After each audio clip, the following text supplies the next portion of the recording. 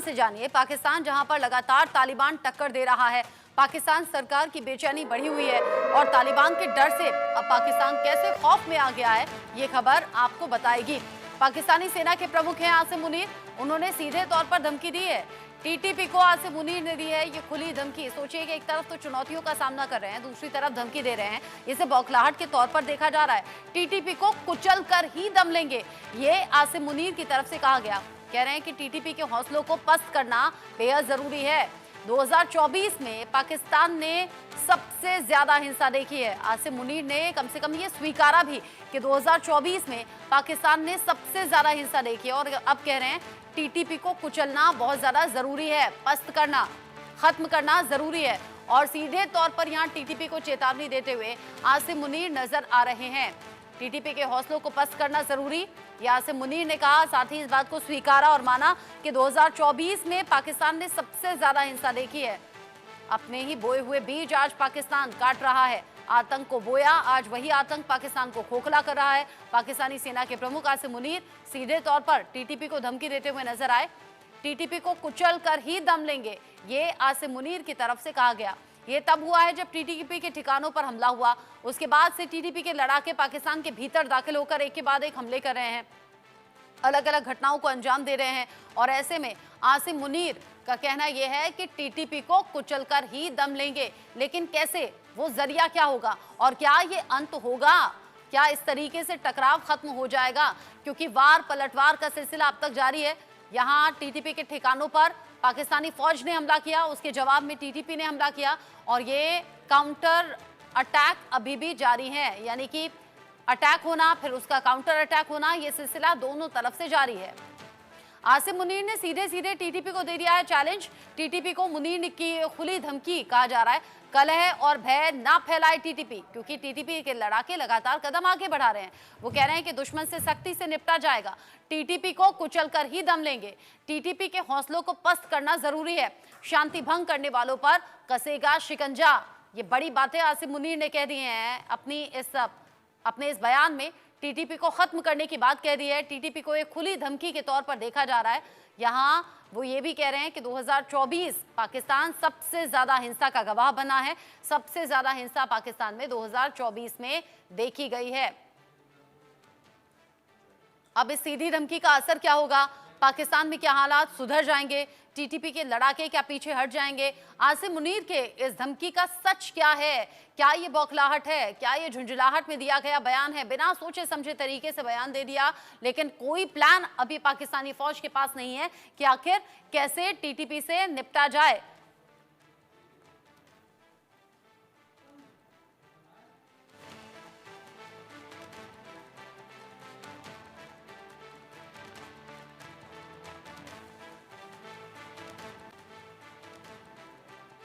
दो 2024 काल बना, 2025 में क्या विनाश होगा, ये सवाल बना हुआ है। क्योंकि आसिम मुनीर कह रहे हैं साल 2024 पाकिस्तान के लिए सबसे बुरा रहा। बहुत हिंसा हमने देखी है 2024, जहां पर पाकिस्तान में 444 आतंकी हमले हुए हैं। आप समझिए कि साल में 365 दिन होते हैं, लेकिन उससे भी ज्यादा 444 आतंकी हमले हुए। आतंकी हमलों में 685 सुरक्षा कर्मियों की मौत हुई है। आतंकी हमलों में 2546 आम लोग मारे गए हैं। दहशतगर्दों के हमलों में 2267 लोग जख्मी भी हुए। मरने वालों में नागरिक हैं, सुरक्षा कर्मी हैं, अपराधी भी शामिल हैं। खैबर पख्तूनख्वा में सबसे ज्यादा मानवीय नुकसान की खबर है। खैबर पख्तूनख्वा, जहां पर सबसे ज्यादा 1616 मौत हुई है। यहाँ आतंकी हमलों में बलूचिस्तान में 782 लोग मारे गए हैं। 2021 के बाद पाकिस्तान में बढ़े हैं आतंकी हमले। एक दशक में सबसे ज्यादा घातक साबित हुआ है 2024, और इस बात को खुद आसिम मुनीर भी मान रहे हैं, जान रहे हैं और कह रहे हैं कि टीटीपी को खत्म करके रहेंगे, कुचल कर रहेंगे।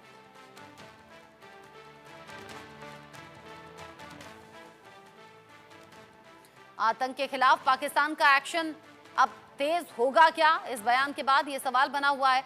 2024 में पाकिस्तानी सेना का ऑपरेशन तेज हुआ। आतंकियों के खिलाफ 59,775 ऑपरेशन चलाए गए। ऑपरेशन में 925 आतंकवादी भी मारे गए, लेकिन ये काफी नहीं, क्योंकि इसके बावजूद आतंकी हमले रह रहकर हो रहे हैं, आतंकी घटनाएं हो रही हैं और उसका खामियाजा पाकिस्तान में आम लोग भुगत रहे हैं और वो भी लगातार भुगत रहे हैं। ऐसे में क्या करेगी पाकिस्तानी फौज? क्या होगा अगला कदम पाकिस्तान सरकार का? ये देखना दिलचस्प रहने वाला है। आसिम मुनीर के इस बयान के मायने क्या निकालें, ये भी सवाल बना हुआ है। मेरे साथ में इस पर बात करेंगे, पाकिस्तान से मेरे साथ मेहमान जुड़ गए हैं। हुसैन जावेद वरिष्ठ पत्रकार हैं, पाकिस्तान से सीधा हमारे साथ जुड़े हैं। साथ ही मेजर जनरल रिटायर्ड जेके बंसल मेरे साथ में जुड़े हुए हैं, डिफेंस एक्सपर्ट के तौर पर। आप दोनों का ही बहुत स्वागत। सबसे पहले हुसैन जावेद साहब, आपसे मेरा सवाल, आसिम मुनीर ये मान रहे हैं कि 2024 सबसे ज्यादा हिंसा वाला रहा और सबसे ज्यादा खराब पाकिस्तान के लिहाज से रहा, लेकिन फिर सवाल ये कि आगे करेंगे क्या? कैसे शांत करेंगे टीटीपी को या कैसे पछाड़ेंगे? जी, सबसे पहले आपका शुक्रिया कि आपने इनवाइट किया और बंसल साहब को भी सलाम। देखिए, बात ये कि कल मतलब अभी मैंने आपका सारा इंट्रो सुनाया और आपकी रिपोर्ट भी मैंने सुनी है। सीधी-सी बात है, जब आपकी जो आर्मी होती है, आपकी जो सेना होती है, वो जब फ्रंट पे होती है, तो उनका चीफ उनसे मिलने क्यों जाता है? वो इसलिए जाता है कि उनका हौसला बढ़ाए कि हम सब आपके साथ हैं। स्ट्रैटेजी सिर्फ़ एक ही, आपने कहा कि चीफ के पास हल क्या है, हमारी फ़ौज के पास हल क्या है? इन खारजियों से निपटने का तो बड़ा आसान सा हल है, टू कट देम आउट। जैसे एक छुरी होती है, वो मक्खन के ऊपर जाती है और मक्खन बिल्कुल 2 टुकड़े हो जाता है, तो वही हल है। ना इसके आगे हमने कुछ सोचा, ना इसके पीछे। और जो फैक्ट्स एंड फिगर आपने बताए हैं, तो आपने सही बताया कि 900 से ज़्यादा दहशतगर्द जो है वो इस पिछले साल में मारे गए, ये बात बिल्कुल सही है। और कल भी मैं आपके चैनल पे एक शो में कह रहा था कि लगभग अगर हम टीटीपी की स्ट्रेंथ की बात करें तो ये तकरीबन 6000 साढ़े 6000 बनते हैं। अब पिछले साल अगर ये ऑलमोस्ट 1000 के करीब मारे गए हैं, तो आप अंदाजा लगा सकते हैं कि इनकी ताकत कितनी टूट रही है।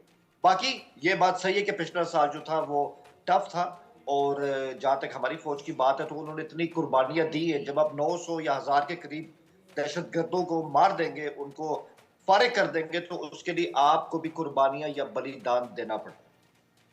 आप कह रहे हैं कि बलिदान देना पड़ता है, टक्कर ये आमने सामने की हो रही है, लेकिन क्या इतना इजी है मेजर जनरल बंसल? क्या इतना इजी है टीटीपी को खत्म करना? क्योंकि टीटीपी के ठिकानों पर जब एयर स्ट्राइक पाकिस्तानी फौज ने की, उसके बाद से अब तक जिस तरीके से टीटीपी के लड़ाके बढ़े हैं, रोकना उन्हें मुमकिन हो नहीं पा रहा। अब तो पाकिस्तान के भीतर घटनाएं हो रही हैं। गुड आफ्टरनून रचना जी, बिल्कुल मुश्किल है। टीटीपी को खत्म नहीं कर सकती जो पाकिस्तानी आर्मी है, क्योंकि पाकिस्तानी आर्मी एक प्रोफेशनल आर्मी नहीं है। पाकिस्तान में तो वो बिजनेस चलाते हैं, फौजी फर्टिलाइजर, फ्रंटियर नेशनल लॉजिस्टिक्स, इस तरह के जो काम करते हैं वो, तो वो नहीं कर सकते। अभी आप देखिए कि उनके जो 16 जो साइंटिस्ट थे न्यूक्लियर वाले, जो इनकी इंटरनेशनल, जो इनकी पाकिस्तान एटॉमिक एनर्जी काउंसिल है, उसको ले गए वो उठा करके वहां पे और बस को आग लगा दी। 8 को उन्होंने जो है मानवता के आधार पर छोड़ दिया है, लेकिन 8 तो उनके पास ही हैं और वो कह रहे हैं जब तक हमारी बातें नहीं मानेंगे तो हम नहीं छोड़ेंगे इनको। अब बताइए क्या करेगी पाकिस्तानी आर्मी यहाँ पे ऐसी स्थिति में? मुझे बताएं भाई, ये क्या कर लेंगे? वो कुछ नहीं करेंगे। बाकी यूरेनियम भी लेंगे, और जो रिपोर्टें तो यहाँ तक हैं, जो पाकिस्तान की सेना है वो पैसे लेकर के टीटीपी वालों से यूरेनियम की खुदान में जो है यूरेनियम ले जाने के लिए कहती थी। अभी उस एरिया के अंदर जो टीटीपी का एरिया है, पाकिस्तान की सेना की हिम्मत नहीं है कि वो जाके वहां पर घुस जाए। वो ऊपर से ही कुछ अटैक वगैरह कर सकते हैं, जाकर के एयर अटैक कर सकते हैं, लेकिन ग्राउंड पे उनकी कोई हिम्मत नहीं है वो जाएं। और पूरा जो खैबर पख्तूनख्वा है, वहाँ की जो दोनों डोरेन लाइन को तो मानते ही नहीं है। तो वो जो खैबर पख्तूनख्वा के लोग हैं जो पाकिस्तान के अंदर में, वो भी उनका टीटीपी का साथ देते हैं। तो टीटीपी के साथ लड़ना कोई आसान बात जो है पाकिस्तान की फौज के लिए नहीं है। पाकिस्तान की फौज ने इनको ट्रेन किया हुआ है, वो सब जानते हैं, इनके सीक्रेट जानते हैं। जो मुस्लिम लीग है उनको इन्होंने चेतावनी दे दी है, और जो कुछ काम करने वाले लोग हैं, इनकी जो जो बिजनेस है जो पाकिस्तानी आर्मी का, उसमें उन्होंने लोगों को ये चेतावनी दे दी कि भाई वहाँ आपसे दूर हो जाइए। उनके ऊपर भी अटैक होंगे। दूसरा, ऊपर से जो बलोच लिबरेशन आर्मी है वो अटैक किए जा रही है वहाँ पे। बार बार वो कभी इनके पुलिस वालों को मार देते हैं, कभी इनके गांव पे कब्जा कर लेते हैं। तो बुरा हाल है पाकिस्तान का। अभी जो पाकिस्तान की जो एक्चुअली ये नीति रही है कि इन्होंने टेररिस्ट पाले और वो टेररिस्ट इनको ही खा रहे हैं। अभी हिलेरी क्लिंटन ने जैसे बोला था, इसी प्रकार से जो जो कुछ प्रांत हैं जैसे बलूचिस्तान है, उनके साथ उनकी रिसोर्सेज हैं उनको देते नहीं है। गिलगित बाल्टिस्तान का जो पीओके में भी वही हाल है कि वहाँ के जो सारे रिसोर्सेज ले लेते हैं और उनकी जनता का कोई भला नहीं सोचते। तो ये पाकिस्तान की आर्मी तो एक नॉन प्रोफेशनल आर्मी है और ये कुछ नहीं कर पाएंगे। ये ऐसे ही चलता रहेगा और इनको काफ़ी जख्म देते हुए मुझे लगता है अल्टीमेटली पाकिस्तान जो ब्रेकअप हो जाएगा। और अभी तो जो है जब से पाकिस्तान को और भी ज्यादा परेशानी इसलिए हो गई है कि जो हमारे मिस्री साहब हैं उनके एक्टिंग फॉरेन मिनिस्टर से मिले हैं दुबई में, और तो उनका हौसला और बढ़ गया है। हालांकि हमारे जो हम जो इंडिया है वहाँ पर उनको रिहैबिलिटेशन में और स्वास्थ्य के लिए और जो इसमें काम कर रहे हैं, लेकिन जो अफगान के लोगों की भलाई सोचते हैं जो भारतीय, उनको भी इस बात का पता है। जबकि पाकिस्तान ने उनका शोषण करने की सोची थी, तो इस तरह से जो पाकिस्तान को अभी टीटीपी नहीं छोड़ेगी और ये पाकिस्तान टुकड़ों में बढ़ जाएगा। Back to you Rasma. जिस तरीके से आपने बताया पाकिस्तान के टुकड़े होने की आशंका, इन खबरों के बीच में ये जो घटनाक्रम तेजी से बढ़ रहे हैं जहां टीटीपी और पाकिस्तानी फौज आमने सामने, हालांकि इस बीच हुसैन जावेद साहब एक खबर भी सामने आई थी, मानवाधिकार कार्यकर्ता हैं अमजद मिर्जा, उनके ओर से कहा गया था, दावा किया गया था, वो कह रहे थे जो पिछले दिनों न्यूक्लियर इंजीनियर्स किडनैप हुए हैं उन्हें शक है कि ये पाकिस्तानी फौज ने ही किया और ये अंदरूनी कुछ मिलीभगत है जिसके जरिए ऐसा हुआ है और इंटरनेशनल जांच की मांग उन्होंने इस पर कर दी। इसे आप कैसे देख रहे हैं? अगर इसमें सच्चाई है तो क्यों ऐसा किया गया होगा और अगर सच्चाई नहीं है तो क्यों इस तरह की बातें उठी होंगी? मैम, आपके सवाल के जवाब में यही कहूंगा, क्योंकि आपने खुद कहा कि जो कि शक है, तो मैं यही कहूंगा कि शक की जो शक होता है या जो चीज़ ब्लर, उस पर बात नहीं करनी चाहिए, क्योंकि कुछ भी हतमी नहीं होता।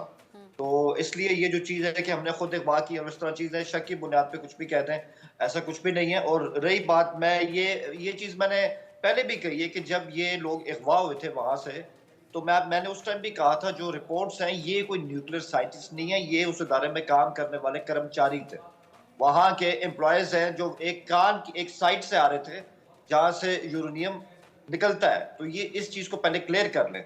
बाकी ये बात बिल्कुल सही है कि उसमें से मैंने उस टाइम भी कहा था कि लगभग 16-17 लोग अगवा हुए थे, 8-9 को हमने रिट्राइव कर लिया था, बाकी अभी उनके पास है।